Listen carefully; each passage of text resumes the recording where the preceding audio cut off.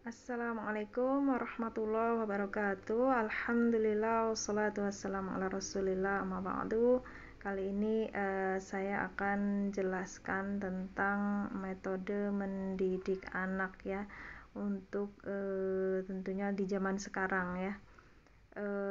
Tentunya yang pertama adalah kita harus rajin berdoa.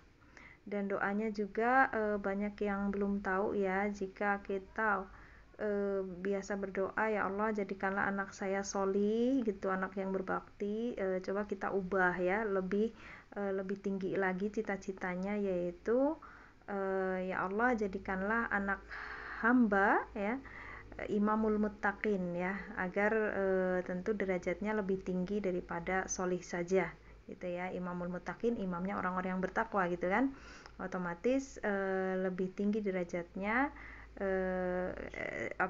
Karena kalau berdoa itu kan harus yang tinggi-tinggi gitu ya, jangan yang yang rendah gitu. Nah, setelah kita berdoa seperti itu ya, maka lalu yang kedua yaitu tentunya keteladanan dari kita ya. Keteladanan di sini bukan berarti kita saya banyak maksiat jadi akhirnya down gitu kan. Tidak ya, sebagai orang tua kita terus ya, kita punya cita-cita tinggi walaupun kita banyak dosa gitu kan. Kita terus merenungi diri, muhasabah diri, apalagi kalau anak kita lagi misalnya agak menyimpang sedikit, maksiat gitu ya, mungkin kita bisa koreksi diri kita, ternyata kita juga masih banyak maksiat, karena memang seperti itu ya. Pohon itu, buah itu nggak jauh dari pohonnya gitu kan. Nah, otomatis kita sebagai orang tua harus terus mengoreksi diri kita, memberikan teladan yang baik untuk anak kita, walaupun kita tertatih-tatih ya, kadang maksiat, lalu taubat lagi, maksiat taubat lagi ya. Apalagi kita hidup di zaman sekarang ya, yang kemaksiatan semakin banyak gitu kan. Ya nggak apa-apa ya, karena Allah itu maha menerima taubat. Jangan sampai kita putus asa dari diterimanya taubat kita. Terus lanjutkan taubat kita ya, walaupun kita kemarin habis maksiat lagi, kita taubat lagi ya, untuk anak-anak kita agar lebih bertaubat juga ya. Kalau kita semakin baik, otomatis anak-anak kita pun akan melihat kita, harusnya seperti ini gitu kan, harusnya taubat gitu. Seperti itu ya. Jadi kita jangan pantang menyerah sebagai orang tua yang hidup di akhir zaman. Kita itu sedang hidup di akhir zaman ya. Memang iman kita itu tertatih-tatih ya, kadang maksiat, kadang taat gitu kan. Nah, kalau lagi taat ini kita benar-benar ya didik anak kita dengan sebaik-baiknya gitu. Jadi jangan pantang menyerah karena akibat dari maksiat kita yang sebelumnya atau di masa lalu gitu ya. Kita yakin bahwa Allah Maha Penerima Taubat. Lalu yang setelah doa, lalu keteladanan ya, tentunya kesabaran ya, kesabaran, ketekunan, keyakinan, keikhlasan ya, lalu doa gitu kan. Itu 5 tips dalam mendidik anak yang diajarkan oleh ibu saya ya. Beliau sabar dalam mendidik saya, akhirnya saya pun alhamdulillah semakin baik dan semakin baik insyaallah agamanya ya. Dan saya juga alhamdulillah rajin menuntut ilmu gitu. Otomatis itu juga karena benar-benar beratnya orang tua saya mendidik saya. Nah, maka setelah memberi teladan ya, termasuk juga memberi teladan akhlak ya. Kadang kita itu memberi teladan hanya tentang teladan ilmu ya, tapi akhlak kurang, akhirnya anak pun akan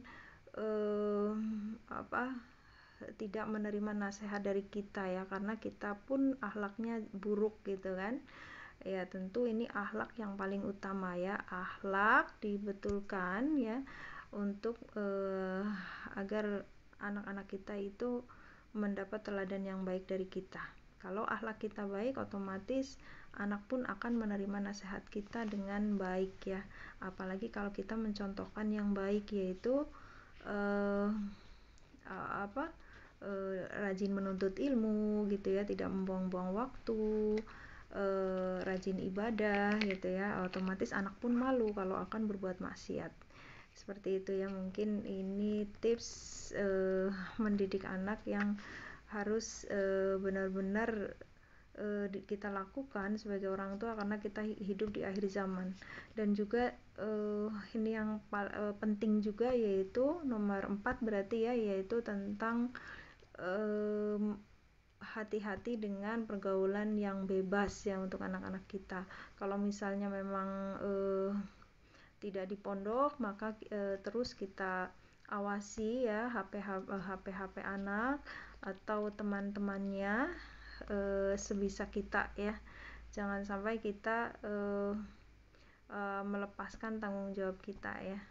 Kadang ada juga yang terlalu bersemangat di pondok, belum tentu berhasil ya, karena di pondok juga banyak teman-temannya yang nakal gitu kan, atau misalnya dari segi kesehatan akhirnya berbahaya, misalnya makannya tidak teratur, tidurnya di lantai ya. Itu juga harus sebagai orang tua harus dipikirkan ya. Kalau anak belum mandiri, janganlah ditaruh di pondok ya. Jangan hanya semangat untuk mengikuti temannya, mengikuti teman-teman orang tua yang lain, yaitu memondokkan anak, padahal anak belum siap untuk dipondok, misalnya belum siap mandiri gitu ya, dari segi makanan masih manja gitu kan, masih disuruh, apalagi makanan di pondok itu tentu tidak banyak yang tidak sesuai selera anak gitu. Akhirnya anak menjadi sakit mah, dan banyak yang terjadi kasus seperti itu ya, pulang dari pondok akhirnya anaknya malah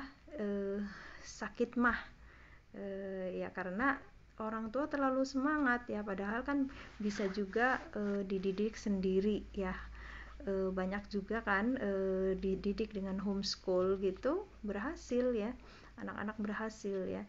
Karena Imam Malik pun ya, kalau kita melihat dari ulama dulu itu, Imam Malik itu bukan karena sosialisasi dia menjadi seorang imam besar, tapi justru beliau menjadi orang besar itu, menjadi ulama besar itu karena beliau tidak suka bersosialisasi, tidak suka main gitu ya, tidak suka bergaul dengan teman, malah beliau itu mengasingkan diri dan menuntut ilmu sendiri, berbeda dengan yang lain ya. Itu adalah contoh kasus bahwa keberhasilan itu bukan dilihat dari sosialisasi atau bukan, tapi benar-benar pendidikan akidah dan akhlak anak kita berhasil atau tidak kita dalam mendidiknya itu ya. Jadi karena saya sangat menyayangkan ya, banyak terjadi kasus anak-anak yang di pondok akhirnya ada yang cedera, ada yang sakit mah gitu kan, atau sakit lainnya ya, atau berantem, atau malah tambah nakal ada juga ya, yang ditaruh di pondok malah anaknya jadi nakal ada ya. Jadi tidak menjamin ya pondok itu. Ya tentunya itu juga atas dasar semuanya kembali ke orang tua ya. Kalau orang tua mendidik dari sebelum ke pondok itu bagus, otomatis anaknya bagus gitu kan, akidahnya kuat, akhlaknya sudah baik. Tapi kalau belum tapi langsung dilepas gitu kan ke pondok, belum tentu akan berhasil, malah kadang akan merugikan orang lain karena kenakalan anak kita sendiri ya. Jadi otomatis kita sebagai orang tua benar-benar memang harus bertakwa ya. Bertakwa itu belum tentu nggak pernah melakukan dosa ya. Orang bertakwa itu yaitu termasuk orang bertakwa adalah yang pernah melakukan dosa tapi dia taubat nasuha ya. Tapi dia taubat nasuha itu termasuk takwa ya. Jadi jangan menyerah kalau kita memang banyak maksiat.